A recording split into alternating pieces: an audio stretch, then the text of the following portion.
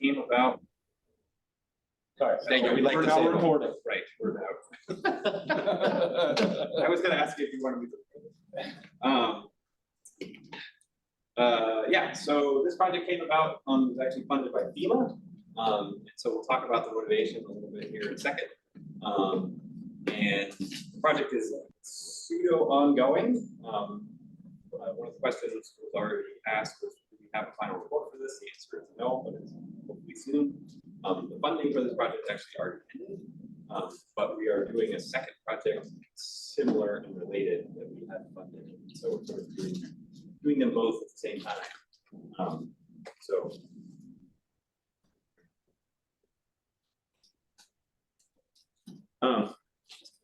All right, so most of you know me. Yeah,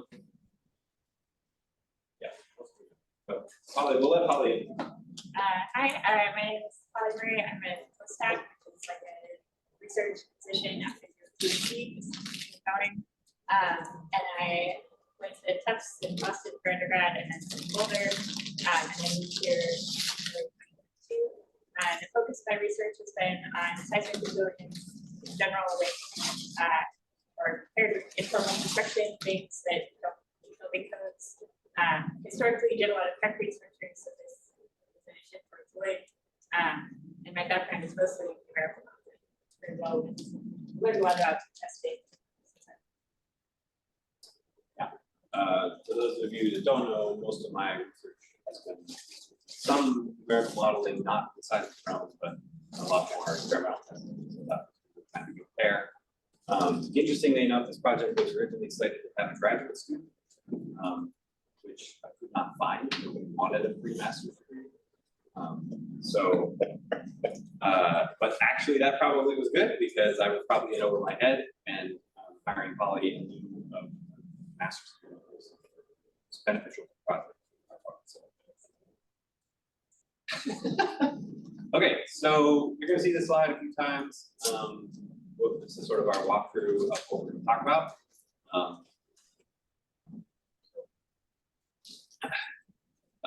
So the motivation for this project came out of a study that was kind of done by John Thornley and Amanda SEAAK, a few other people. Some of you, most of you have probably seen this image. It was originally the publication, the original publication of the image was actually a poster that they did at the post-earthquake conference. I believe there's a second reference that John gave us. So there. Poster. Okay, so as most of you know, everything was kind of scrambled after the earthquake, right? So sort of traditional publication stuff didn't happen. So this is a poster. But as you can kind of see from the image that they created on the right, Eagle River had a high concentration of requests for help from FEMA. And so this is a bit anecdotal, and it's much big, and most of you know it's made worse by the fact that we didn't have any strong motion sensor river, so we claim that those acceleration are different. All modern. Two other relevant things to this: we were below design earthquake in most locations. It bubbled up just above the green line.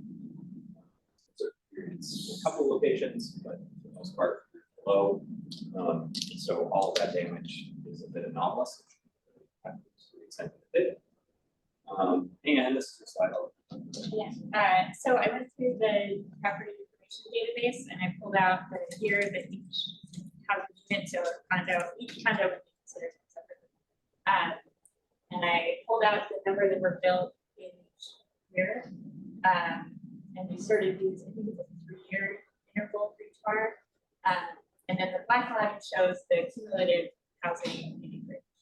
So you can see that about 70% of housing was built before building code enforcement, and we can see obviously that huge spike in the early 80s. And so we have the problem both of things outside of the building safety service area where codes are not enforced, and then we also have a huge amount of housing that was built before there was this more formal. And so it's not that every single house built before 1990 1984-ish or 1989 is not the building codes, but that we don't know necessarily. There was no.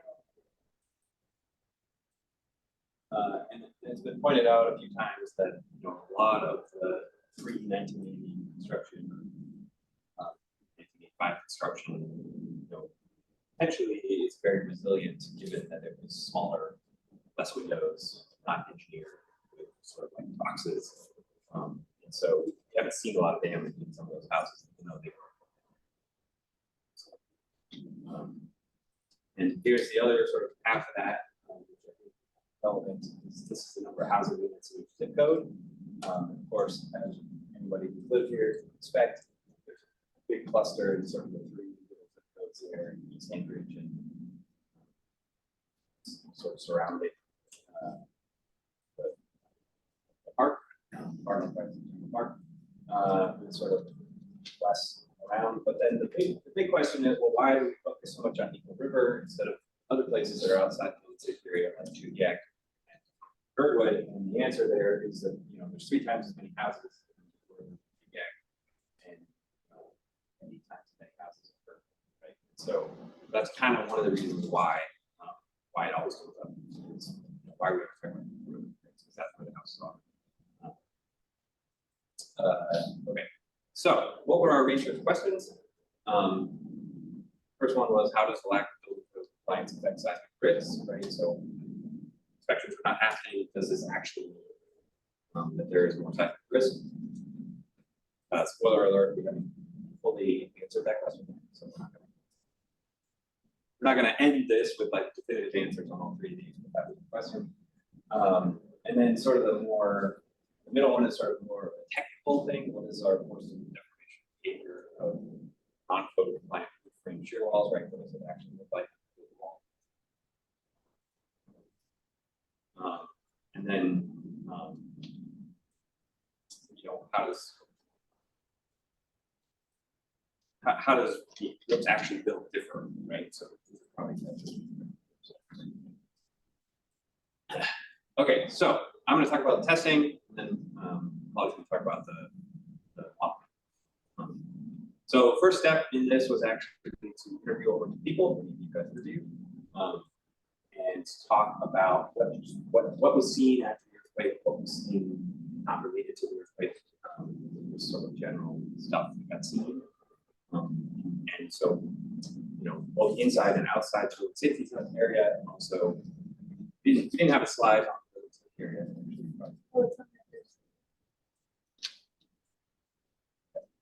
I'm assuming most of you are familiar with that there is a building safety area, right? Outside of it, there's no building. So we asked people, what would you see inside versus outside, both related to the earthquake and not, et cetera, because what we wanted to know is, what is happening, right? What is happening in places like SEAAK and also in Valley? What is getting built? What are the shortcuts that are being made in design, construction / inspection? So, and as most of you were probably aware, we had a hard time with contractors. We tried multiple contractors. We struggled to get any of them. This is what we found. Things that you were all probably familiar with. Lack of hold downs, anchor bolts, in some cases hold downs. Stories of hold downs that were there but not connected. Just wrap up on it, then you have to put the nut on.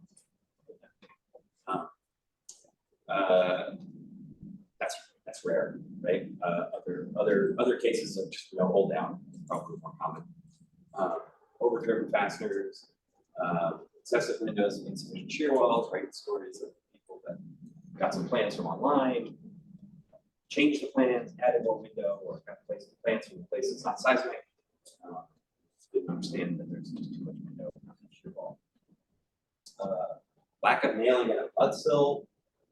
This one that came up a bunch, which was interesting. Partly, I think it came up because there's a lot of damage from the mud sill, right? So it shows up pretty obviously. Lack of blocking, that one was not a huge one. Same with overdriven fasteners, you see that. We didn't actually test it on that. sort of by accident. The bigger ones are the ones that are most probably have on was oh, this one, yeah, we should put stars in this one. Okay. Insufficient number and size of nail and improperly fastened. So those are sort of the two big ones, big takeaways that everybody we talked to said they've seen. Okay, so what did we do? What do we want to look at? So the idea with our testing regime was we wanted to test things that were code compliant and things that were not. Right? The idea there being we did a few tests so we can get a good behavior for our setup on a code compliant wall. We can compare that to literature, and then also where there's no literature, right? You can't find anything in the literature on walls that are non-code compliant, right? Because we as a society trying to test things that are in the code, right? Why would we test things that we're not allowed to build, right? So we use eight penny box nails. So you'll notice there the one if you're not familiar with nailing, that's the 113, which is not to be confused with the 8 penny common nail, which is 131, right? So put it nice 114 or something so that it wasn't quite so confusing. Hard to look at, but we did 3 different gauges of staples. Some of you are not probably familiar with the newest IRC no longer has 14. But we did it anyway. A lot of buildings were built with staples in the past. We had some people tell us that people were building with 6 penny finish nails. So we did some testing with 6 penny finish nails. Spoiler alert, well. Don't do that. And then later it was like, oh, they're not actually finish nails. They're just like 6 penny nails with smallish heads. So still fun to test. We did a 3, 6, and 12 spacing around the edges. We always did 12 inches in the field. We did 2 different kinds of sheeting, OSB and T111. We didn't do the ultra thin T111, which we were told in some places that it's 7/16 speed, just slightly thicker than a quarter. Apparently, it's only available in Valley by Anchorage. But apparently people are building houses with this for sheds or something, right? So we didn't go down that road, but apparently that's happening there. And then you'll see in a second my slide on how we build walls, but they're all 2x6. That's most parts. Here it is. So here is our wall. This is based on a STM test for shear walls.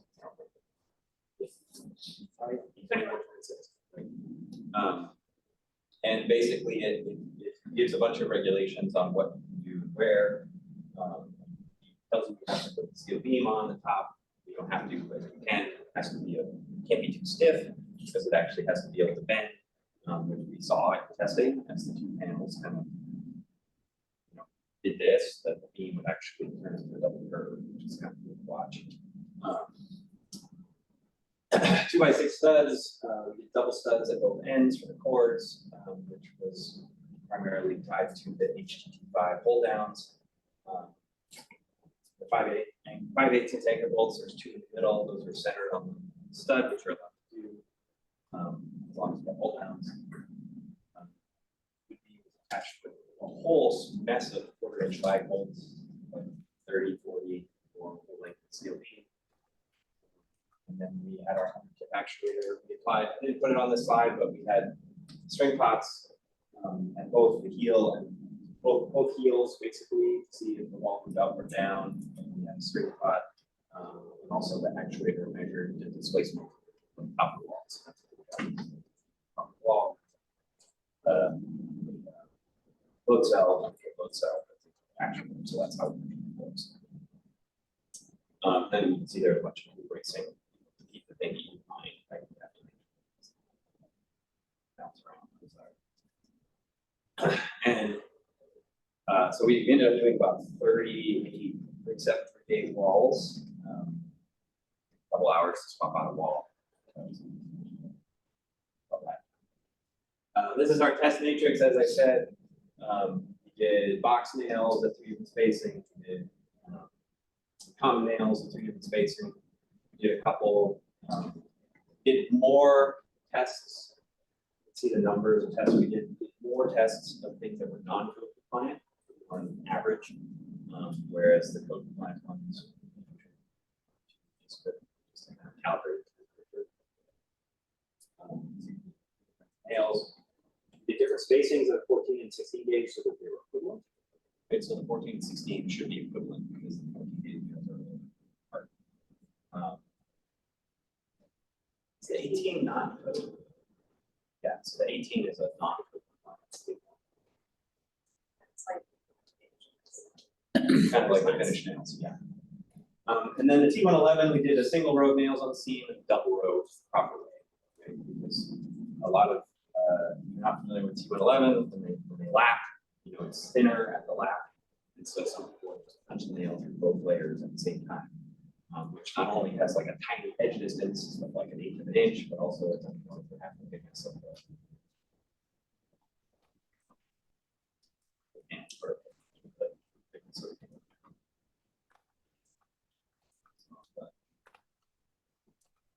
Okay, so the testing protocol looks like this. You can see this is time and this is displacement. So this is a displacement-based test, right? The actuator moves back and forth at whatever we tell it to, and then measure the force that results. And so it gets basically this protocol came out of California in the early 2000s. They did a bunch of seismic equivalencies. And so you kind of see it goes back, squiggle back and forth at the beginning, try to figure out the stiffness of the system basically. When it's still all intact, and then it basically pushes it further and further. And as what you can see is sort of the nails start to pull out, and it gets worse and worse, right? And so the force peak is usually somewhere in here. This, you know, once it gets to the very large displacements, it just starts to be kind of lumpy. In some cases, we run the test all the way through. There wasn't anything left, right? Like it was just kind of moving back, flopping back and forth, and no nails were connected anymore. So you get some really low. There was a few tests we had to stop because it was dangerous. So we decided to stick with a constant rate. You can either make the actuator move at the same rate, or you can keep the frequency the same as you go. The problem with keeping the frequency the same is that you end up with these massively fast movements at the end, or the test takes forever. So we stuck with 1.5 inches per second, fast. And that means that at the beginning it's squiggling back and forth really fast, about 20 hertz. But near the end it was only going at about 6 hertz because it's going 6 inches back and forth. 12 inches back and forth, right? Plus 6, minus 6. So this way. Keeping in mind that the drift is, since it's a 96-inch tall wall, the drift ends up being 1 inch of drift is about 1%. 1 inch of displacement is about 1 inch of drift.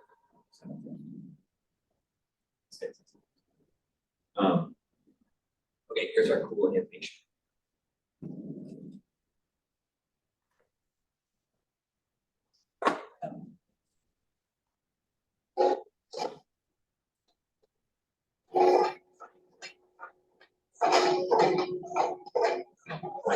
Super loud and dry. You can see the history back and forth, right? Basically elastic.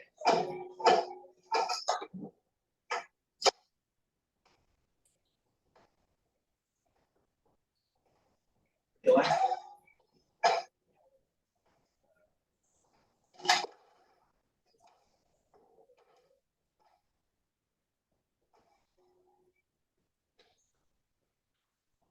See, there's quite a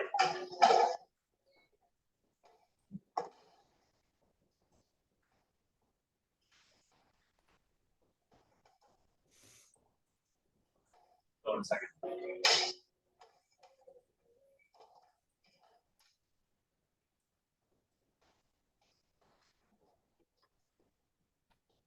Video's not good. Exactly.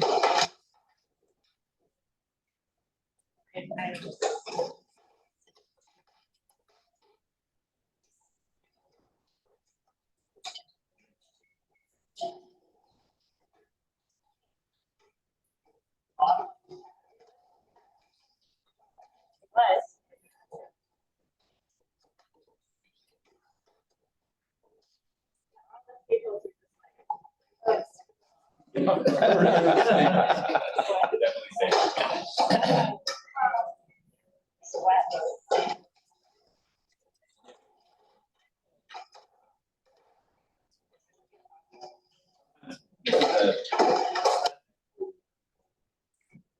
Ripped off the nails, kind of studs.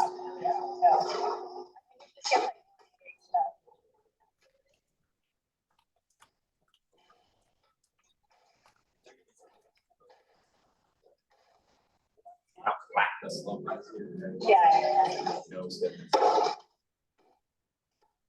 Probably not.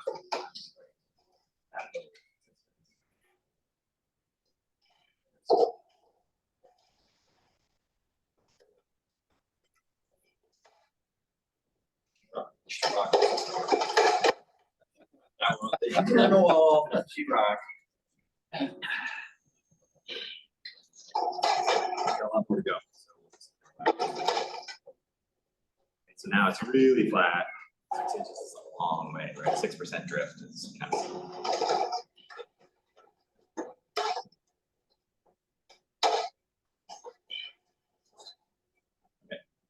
One other thing of note in that test or in that photo is that there was, sometimes we did 2 studs in the middle, and sometimes we did 1, right? Because it's required, I think it's 3 inches on center, or maybe it's 4 inches on center or less. You need double stud in the middle.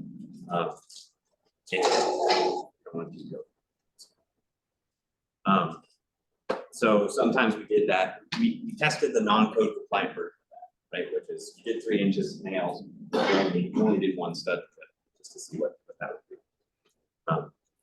Which is interesting, right? Because there's a ton of nails in that stuff. Okay, results of tests. So we're going to talk more, probably talk about ductility and stuff, but you know, most of you are quite familiar with the fact that we want the ductility, right? We want the hysteresis to be big. We get that for the most part. Interestingly, we get that in different mechanisms from OSB versus T111, right? So in the T111, for the most part, the nails would actually bend back and forth, right? Because the plywood around the T111 would hold the nail. And so the nail would bend back and forth, and then it would eventually it would work its way out. So go back and forth out of the 2x. OSB had actually similar data, but instead of the nail working it out, it was actually working the hole around the OSB. So when we were done, the nails would still be in the 2x, the heads would be out, and the OSB would be shredded, right? So I think this is a useful observation because if you're going in post-earthquake to re-nail something, right, then you need to treat those 2 things differently, right? Because if you have a plywood or a T111 situation, pull the nails and re-nail them, or just hit them back in, and you probably gain a whole bunch of strength, right? Whereas if you do an OSB, you can't use the same nail hole because it's shredded all around the nail hole, right? Unless you use a half-inch nail. So that was kind of one observation. We saw some other failures like the top plate falling off, or bottom. We saw the other one, the bottom plate, where the studs ripping off, right? So there's some sort of unique ones. So that was the big one, was the difference in nails. And then the staples, for the most part, the staples just stayed in the 2x and just shredded through. Or they broke. Right. Yep, they would snap because there's such a thin diameter. We didn't do staples.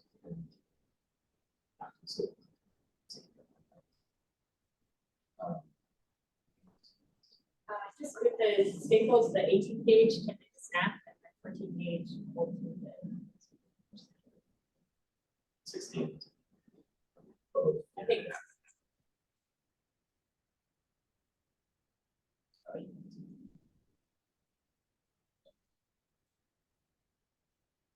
So we measure, so we force set displacement during this test, and then we're measuring force. So that's where that hysteretic curve comes from. And so in this test, our peak force happens right around when our displacement is 2.5 inches. So it's gone one way 2.5 inches, and then it's going back the other way 2.5. And that is our highest force measured during the test. And so that corresponds to the circle. And then after that, you see things start to break. And so that's when, as it goes back up to the next displacement, it's not resisting the same force. So we're looking at a few different parameters in particular. So we're looking at stiffness, strength, and ductility. So our stiffness, this one's pretty straightforward, is just the slope in the initial part of that hysteretic curve. And we're basically looking at between the 0, point and our yield limit state. So our yield limit state, I feel like there's so many different ways that people define this, but it's generally when your stiffness changes by 5%. So the stiffness between your first 2 points on your backbone curve, which is that black line that kind of just goes around the outside of the spaces. So when that stiffness starts to change, that is one definition of yield limit state, and that's what we use here. So our strength is pretty straightforward, just the highest force that wall could resist. And then our ultimate limit state is the point at which the wall has lost 20% of its strength. So we're down past we hit the 80% of our strength, and then we go to the first point after that. So then we can measure our ductility as a ratio of the displacement when you lost more than 20% of your strength to the point where you yielded. And so that's just a measure of between when it starts to fail and when you've lost a considerable amount of strength, what's the difference in the two displaces?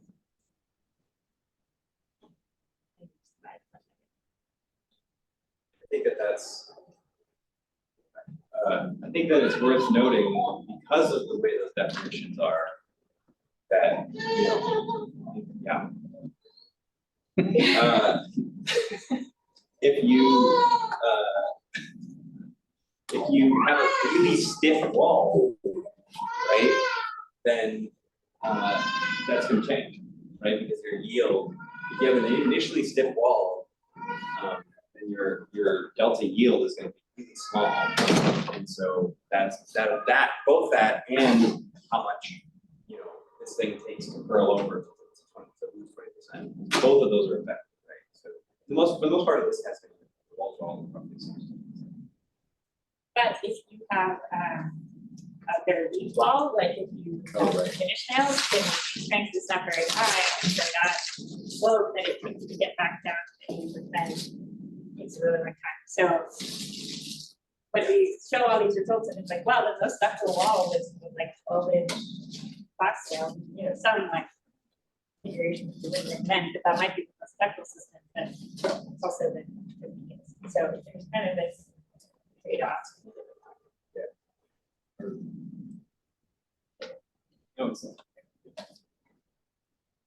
Okay, so here's our summaries, you know, slides with lots of numbers are done, right? But a couple of things to point out. And I scaled both the shear, the average shear, right? Because we did multiple tests. Should be history. Pounds per foot. No, it's just Oh, good. Oh, yeah, okay, yeah, that makes sense. Yeah, it should be in pounds. I mean, it could be in kips, right? Because 9,000 kips would be a pretty awesome 8x8 plywood wall. do good stuff. Yeah. You can't change it later. So, but I scaled it from you know, yellow or white to green, gray colors. So the really, and you find what you would expect, right? Is that 3-inch nailing, you get the highest level. It actually works out to about half each time, which is kind of cool, right? So you get about half, you know, 3 inches, 6 inches, and then you get about half again.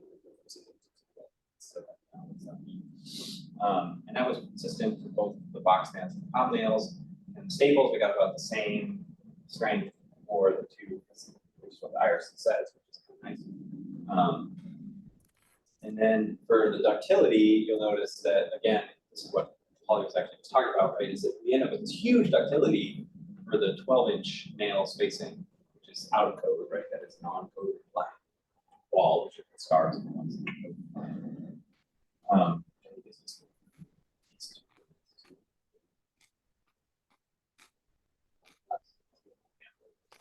Um, but again, that huge ductility has to do with the fact that it has terrible strength, right? So it just kind of goes out. You're getting half the strength just from the studs bending, right? Stuff like that. So that's not really.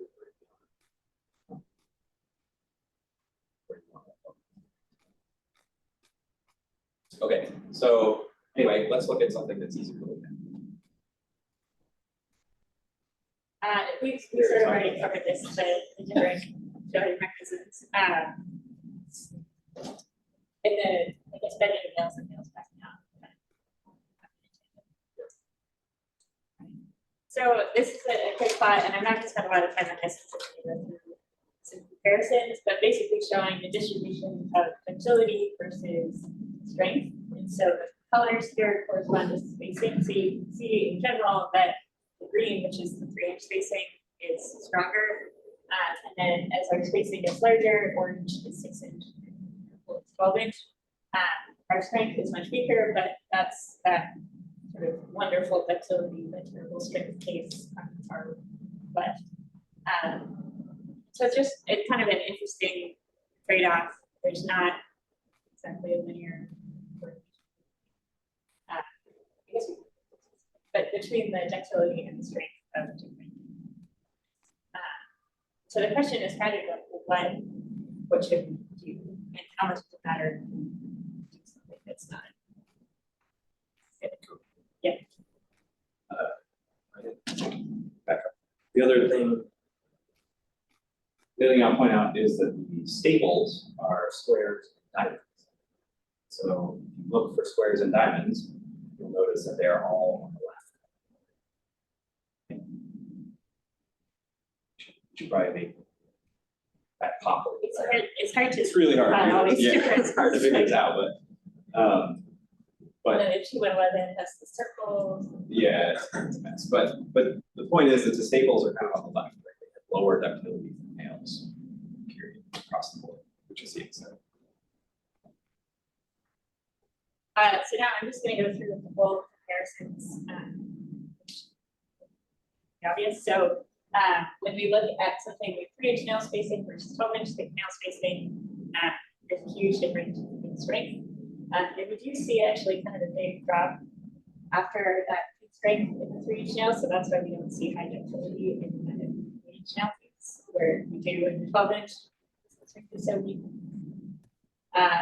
We did one test without any pull downs. Not well. I think this was, you can see that the displacement doesn't go all the way out that way. We had to stop, yeah. The wall actually was working its way up the nails, because the only thing holding it down was the withdrawal of the vertical nails that were sticking up, right? You nailed the base plate to the studs.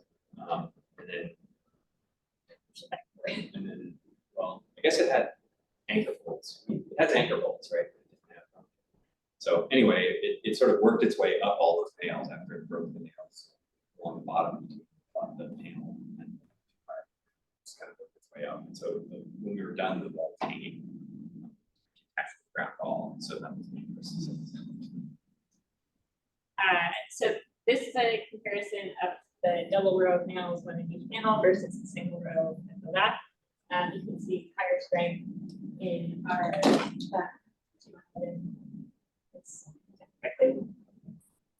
but that's not huge. Sorry, I messed up, but I expected this to be a bigger difference. There was a lot of talk about this happening a ton in the river specifically. I expected there to be a bigger difference because when you look at it, you know, when you actually do the nailing yourself, you see how little the wood is actually wrapped by that. Did you do this with an OSB? Because you mentioned that the OSB holes are super weak, so maybe in a 2-row or something. No, we didn't do an OSB, and so that's why there is that new product called like Smart Panel. It looks like an OSB T11. And I'm actually clear if that's allowed. Some people told us about this Smart Panels, which is like, it looks like a T11, but is OSB and Plywood. But yeah, but the other thing that about this is that it's still nailed on the top of the bottom hinge, right? We actually even did this twice. Because the first time we did it, we only did it with one seam. And so it was nailed, each panel was nailed on 3 sides. And then we did it again where we redid it. So we had 2 seams. That way the panel in the middle actually had only nails on top and bottom, except for the flaps. And so that's what this is. So it's still, maybe we need a longer wall, right? Maybe that's a problem. It's just an 8x8 wall. And so it's, if you had like multiple panels with multiple flaps, maybe it has more significant difference, but It's about 40%. it is not nothing. Well, I was just gonna say, it looks like you're just over 2 on the 1 row nails and you're up over 4, so it's almost twice. Yeah. So Yeah, it's not a I just little. I did all these with the same The scaling. Yeah. scaling, but then it's hard. Right. We'll see. Yeah. So this is just a comparison of 2 IRC prescriptive requirements. So the 16-page staples at 3 inches and you can cut the nails at 6 inches. So you can see the staples are initially stronger and slightly stiffer. But they lose all that strength really quickly, so they're a lot less stable. So both of these are.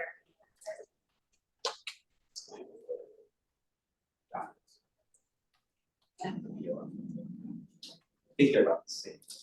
I did upload these for legible, slightly more legible. Yeah. Nail diameter did not have a very big effect, so people tend to use box nails because they're light and compliant. So that's the 1-3 versus the 1-1. There's a slight difference in strength. We test each of these, or not huge. Finish nails, not good. Usually do not use 10. All right. So, any questions on testing?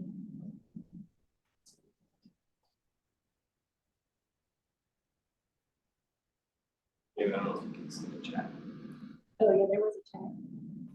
I would just have to say, speak strongly about audio quality. So, probably a Yeah, it combination, is. probably a combination of Yeah. looking sideways, looking away from the mic. And All right. On to the fun part. Sure. So this is our hypothetical house. This is actually based on a real house. We did have to remove one of these windows. Didn't get this updated graphic, but because there's too many windows, believe it or not. And so anyway, this is what our model is based off of. Is the house that looks kind of like this. So we came up with mass for each level. I did the actual design of it and basically come up with doing the perforated wall math. Both this wall and this wall require 3-inch.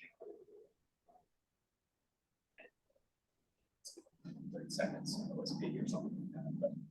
But the primary thing, of course, is the name, right? And then, doing perforated wall, it also requires a down in each corner, each direction. So, things like that. And all that stuff. It's pretty basic. I think I was surprised that it came up with 3-inch nailing. It seems like that's not a ton of windows. Maybe that's a good warning, right? That's not a ton of windows, and it still required 3-inch nailing. We did make some reasonably conservative assumption for the mass. This is including the 1.3 redundancy factor, so that mass forces go up 50%. But still, the 6-inch nailing is nowhere close to being. Yeah. Then, so I took the hysteretic response rate testing. So these were 4 tests that offered the same configuration. And then I fit the backbone curve basically to an OpenSeas model. So OpenSeas is the open system for earthquake engineering simulation. So it does nonlinear modeling and nonlinear dynamic analysis well, but it takes some messing, I guess, which you so horrible software.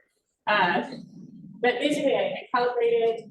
We did one test for that in each so I calibrated the outside to that test, and then calibrated this red strut with what's called a teaching for material. So you just define the outside and then degradation. So you align it with your test data, and then I took this 8x8 wall portion and I put it into a 3D model with those calibrated struts. So then the model endurance, this is my supervisor, it's sponsor, so it's not this for her. We modeled the roof floor. I think you find yourself in the roof and floor with stiff elastic beam columns, not quite a rigid diagram. The loads and masses are distributed throughout the model. I applied rarely damping 3% of the first three modes of the structure, and then fixed the degrees of freedom, so all the points at the base, all the lateral position that they could rotate. So built a 3D model, and then used that for our seismic performance assessment. Has anyone here ever heard of IDA? Okay, great. So incremental dynamic analysis is pretty widely used for risk of ground motion, for earthquake risk assessments.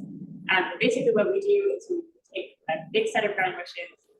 For each ground motion, we apply it we scale the intensity based on spectral acceleration. And then we run it at larger and larger intensities until we hit a flat threshold. So the drift history for a single story in one direction might look something like this. This is actually not this model, but it's fine. They didn't record all of this now. But you can see that as our intensity ramps up, the amount of displacement also ramps up. And so what we're looking for is a relationship between ground motion intensity and story drift, which is our proxy for level damage. What you're looking at is one ground motion. Yeah, one direction. Increase. Yeah.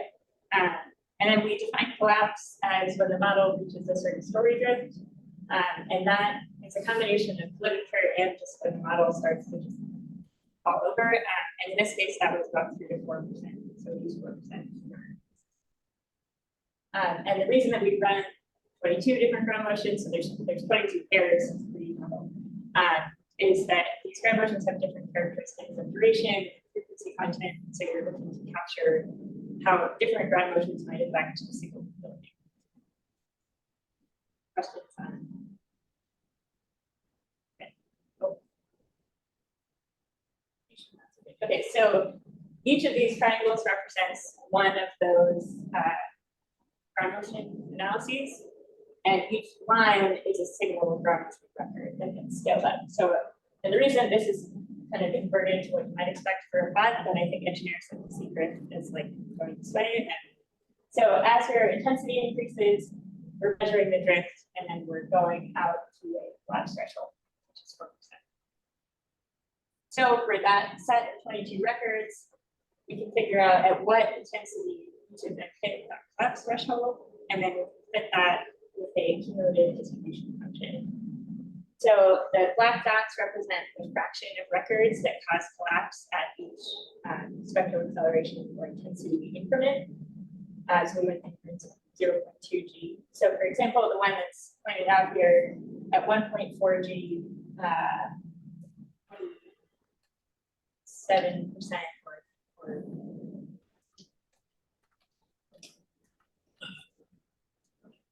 6 to 7 of the 22 records had collapsed. So that corresponds to right about here. So these ones have all collapsed at that intensity, and these ones have not yet collapsed. You can see there's a pretty huge variation in intensity that causes collapse throughout the records.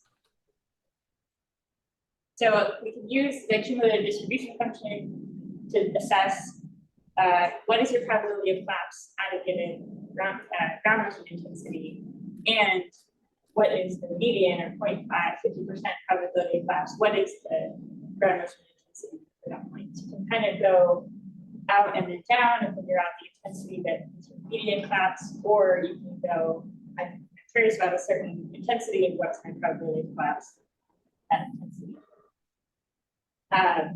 So this is, we'll get back to the IDA results, but this is 4 of the incremental dynamic analyses that I ran, so the building is the same except that we've changed the fastener panel type.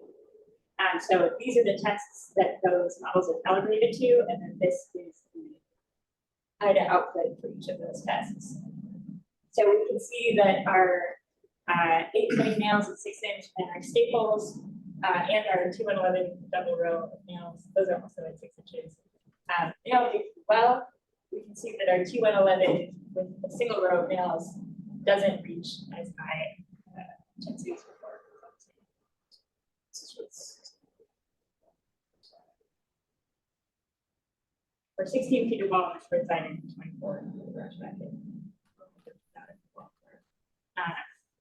So the drift is the worst case, so it's either the, I think in almost every case, the short direction of the building control, because there's less fall. It's just the worst case drift during the analysis. So you might be interested in 2 ground motion intensity measures, the MCER and the risk targeted maximum conserved earthquake and the design level. And so what we can do is plot those vertically, and then we can look at what the probability of collapse is for a different house design. So this one has nails at 3 inches, 12 inches, and 6 inches. So we looked at these 3 cases, and we can see that if we're looking at a maximum considered earthquake level motion, our probability of collapse if our nails are at 12 inches is much, much higher than at 6 inches or 3 inches. And in general, the code requires a 10% probability of collapse or lower in an MCR level. So that calibrates really well, right? This is the the house that we designed, the design called for 3-inch nails, right? So if you look at the 3-inch nail one, showing at MCER, showing about 5% probability of collapse. And this is just nails on one side. So I think your design is. No. Okay. And then at design, it's 0, right? It's not going to fall down. It's properly designed. And it's built. It's big proof. Don't ever say. Then so the yellow line basically represents what would have come out of the design. And the 6-inch line, green line, comes out of. They missed it on the drawings that it said 3 inches on center, right? And they just always do 6, so they did 6. Which is 6 is a code compliant wall, right? It's just designed for 3. It's not. Right? And then of course, purple, right? Yeah, 12, right? That's just something else. But you're maybe fine in the design and the fashion.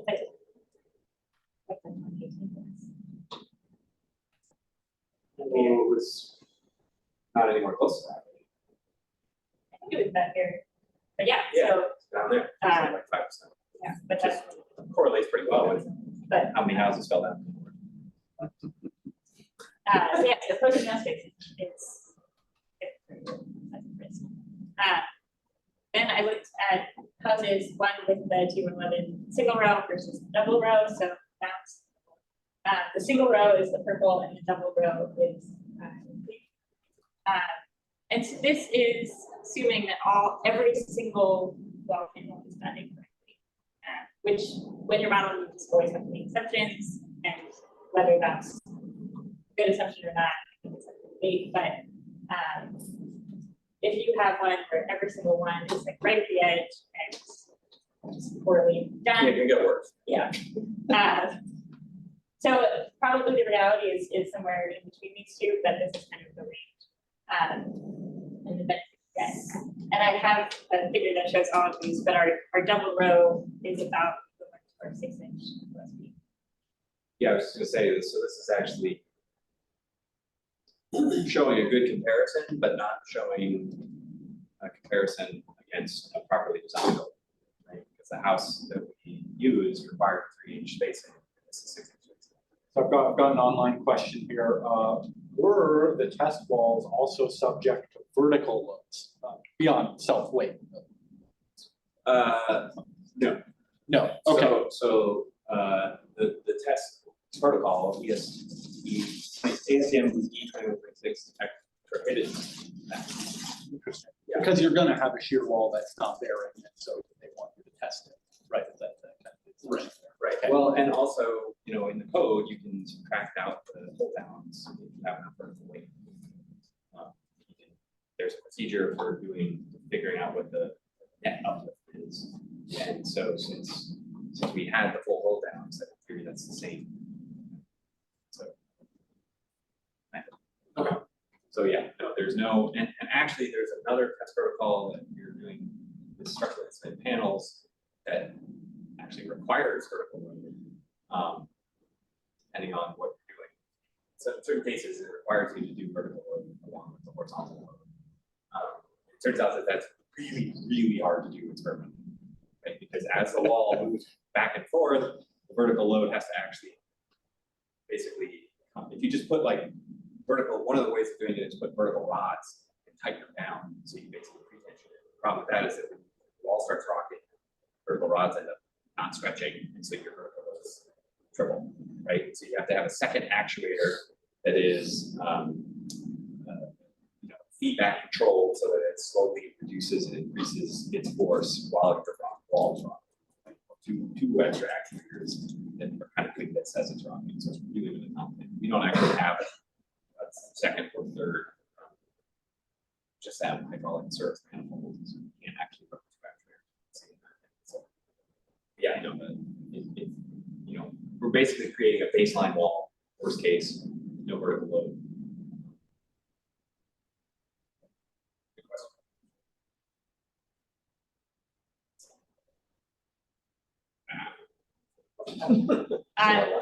These are all 5 tests that we highlighted here.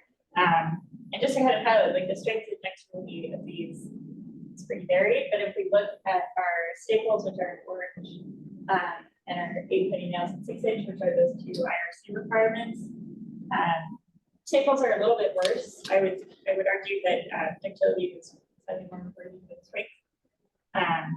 Or sorry, staples are a little better. In this case, strength. You're not better.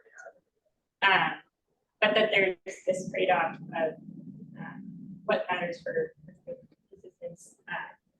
And ductility, like this is just collapse risk. We could also look at rather than when it hits 4% drift, we could look at when does it hit 1% drift, because that might mean that all of your drywall needs to be replaced. And so there's all these different pieces that come together to determine what your seismic risk is. Yeah, and I would argue that, like, you know, when you look back at our hysteresis curve, we saw that big drop in the staples, right? Because once they reach their peak, they basically just snap or they break or whatever, and they lose all their strength. And so, but that doesn't happen until you get there, right? If you look at the percentage of drift that we got there, you know, you need a 64 style event to get over that hump, right? And so I think if you had a big earthquake, you know, this modeling doesn't really show that. But I think if you had a long duration earthquake, some high forces at the beginning, you see a lot of collapsing of stable houses in hot neighborhoods. Whereas if you had a California style earthquake, sort of talking out my own here, but like with a very high acceleration, short, potentially the nails or the staples would do a bit better because they have higher strength. So there's this trade-off. We have a lot of earthquakes, right? And they're not generally super high acceleration. So if I were building my own house, I would lean into nails, even though this slide says staples. But it's staples and half the spacing. Right. And I think typically with brittle systems, we see this curve is much steeper. I'm not sure why. Maybe it's not quite as brittle. So obviously the T111 single road, I mean, that's significantly more terrible than everything else. Is it without the mud sill nailed? Is that pretty similar? You're also, that's obviously not on there, but it's way to the left. Probably. Okay. Yeah. I don't know why we don't have this. Oh, it's because that's so. Yeah, so. But I mean, it had worse values than T111 single row, which has a 50% probability of collapse Yeah. during a tire. So- Yeah, we didn't put in the Bledsoe one yet, or the finish nails one. Okay. But all of those are, I would imagine that those are gonna have, I'm not sure about the Bledsoe one, but I would be willing to bet at this point that the 6 penny nails are probably 100%, you know, Chance. like 95% chance of collapse, right? Good for there. Some key takeaways, the fastener spacing is kind of the biggest impact on both strength and ductility, nails more ductile than staples. And if you, this one is not for the science, but if you don't have a lot of walls, then you need to do fine, you can just follow IRC requirements.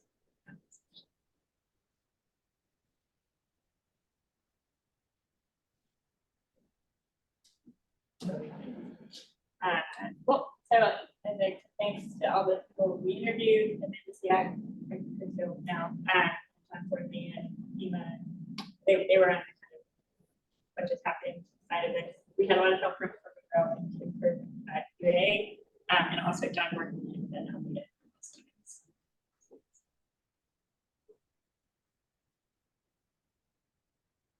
Corbin built a lot of walls. It was a fun summer.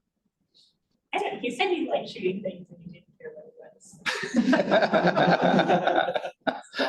But I think he liked the knife. He's the entire building on the walls.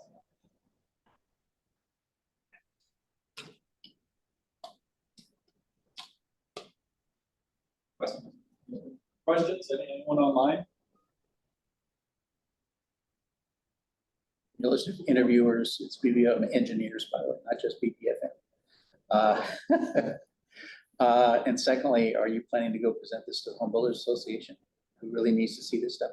Yeah, if they'll have us. If they'll return your calls. You don't love academics. Yeah. Well, you might have to dumb it down a bit, but yeah. Well, we did do a version of this about a year ago when the one was still usable.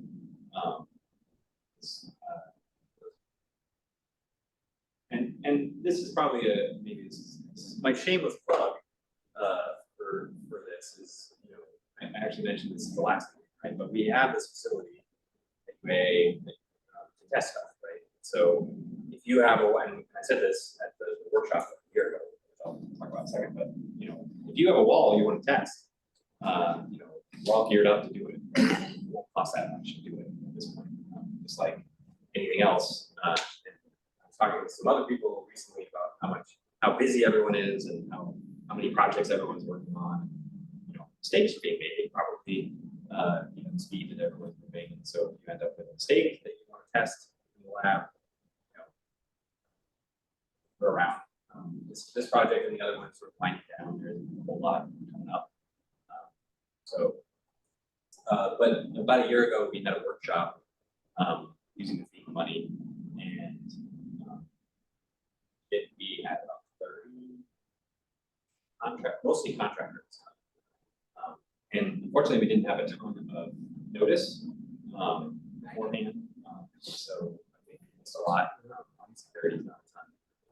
But you get some really good interaction and discussion. And when he was saying that, that was his thinking, honestly. He was, well, the flash he can carry around, you know, like. We did actually make, well, there were. And that's why we got, but still, come on. We had them race on the nail and the 26 nails for people that downstairs. yeah, it's kind of fun. We made them build a wall. It's kind of testing the wall.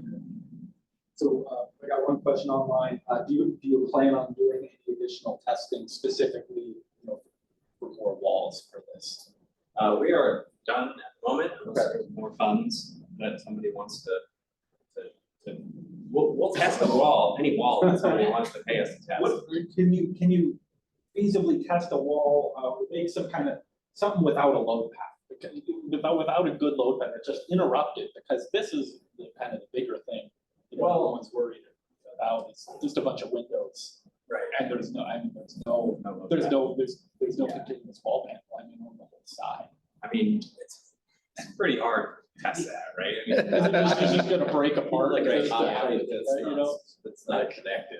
Yeah, we did actually test the wall with no panel. Oh, We just built we called it the naked wall, right? And we just built a stud wall just because we wanted to, we're just curious, right? We got all the stuff set up, we're all doing this, like, let's see what it is. And I think it was like 300 pounds. ouch. So when you're doing like 5 to 10,000, 5 to, Yeah, well, so some the 2,500. Mudsill one was like 2,500. The It's worst, about an order of magnitude. the worst ones are 2,500, so Right. you're talking no load path. 300. 300. Yeah, so like if you had a knee wall, for example, this of course is 8 foot tall, so if you had a knee wall and a crawl space and it's supposed to have sheet and you had none, you know, then you would get basically very quick. So it's you know, in theory, we could run some sort of open season model with just like cantilevered wood, right, or something, you know, but waste of time, probably. So In the one slide you had, I think the 6 pennies were at 20 pounds per linear foot, and the top was about 120 pounds per linear foot, which seems very, very low. Have you compared your test results to what IRC or IBC says it's worth, or APA? So I did that at one point. That's a good question.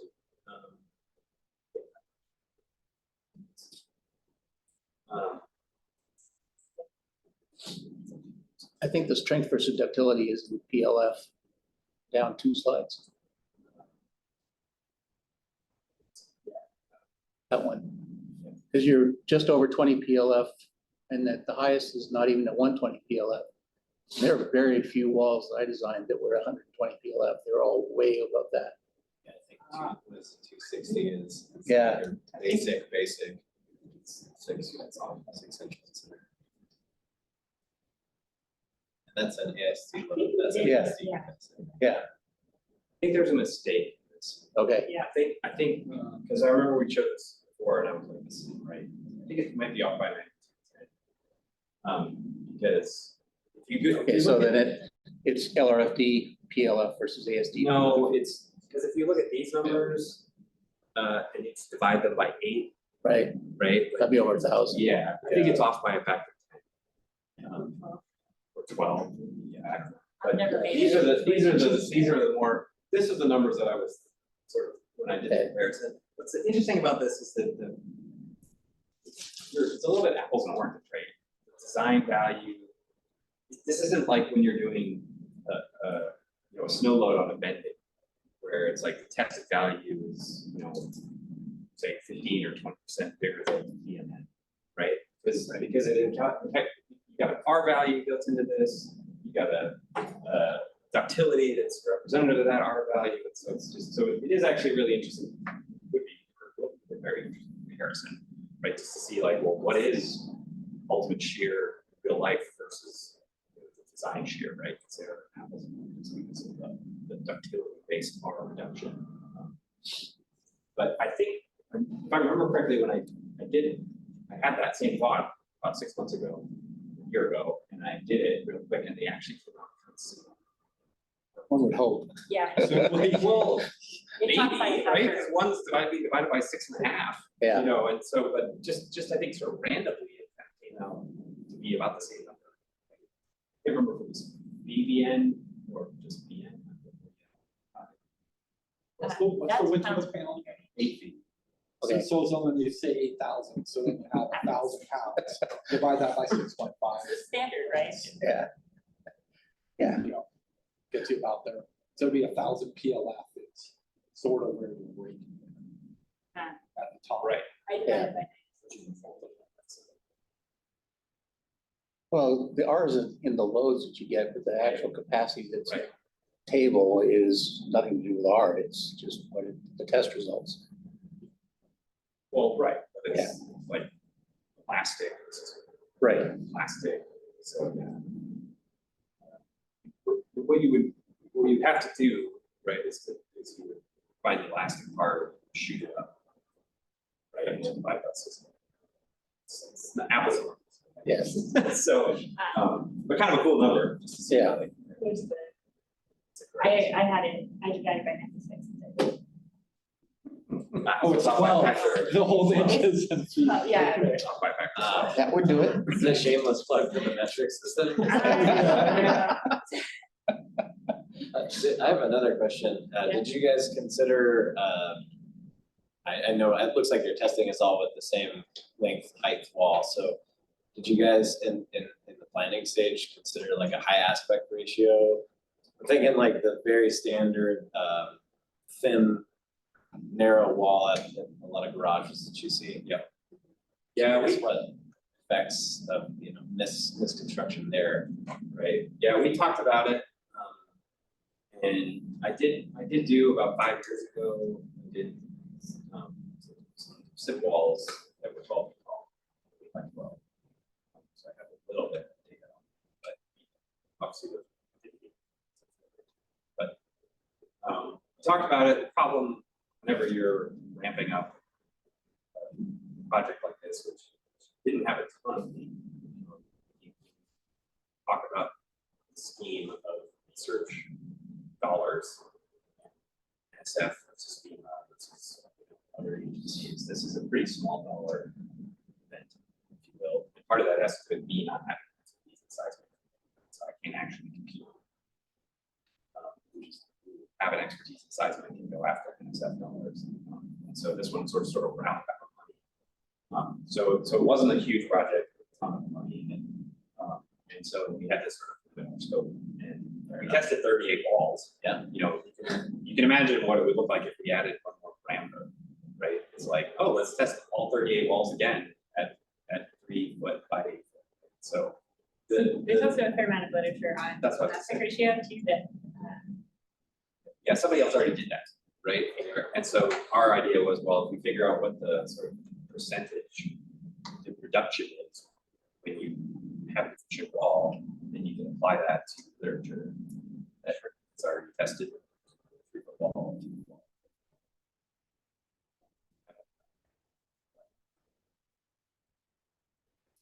And what species of wood did you guys use? Is that consistent throughout?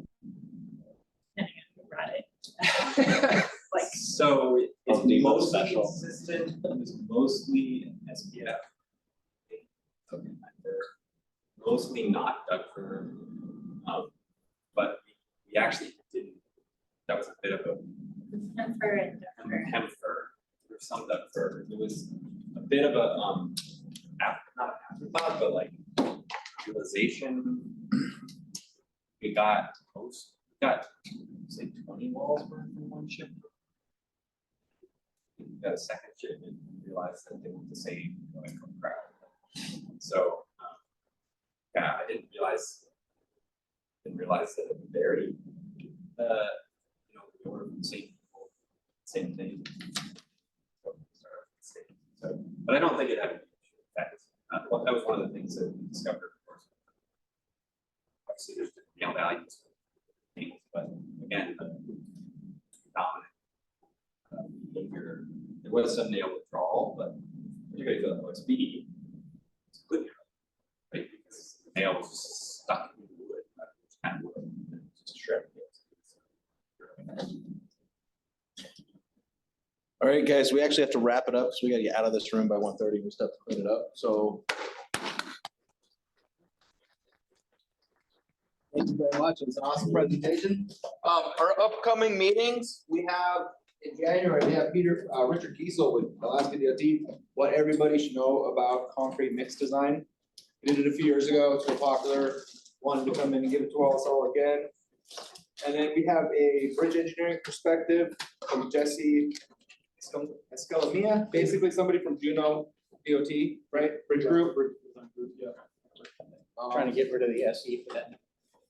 And then, Well, this one has an SE. I know he does, but they're trying to get rid of it. I heard it's all about the abutments.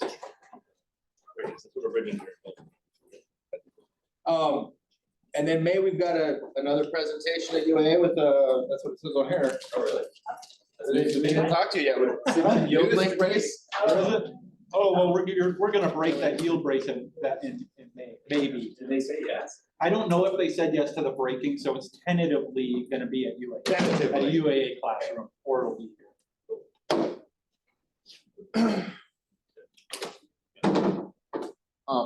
You can follow up with us if you don't hear back from anybody who was here.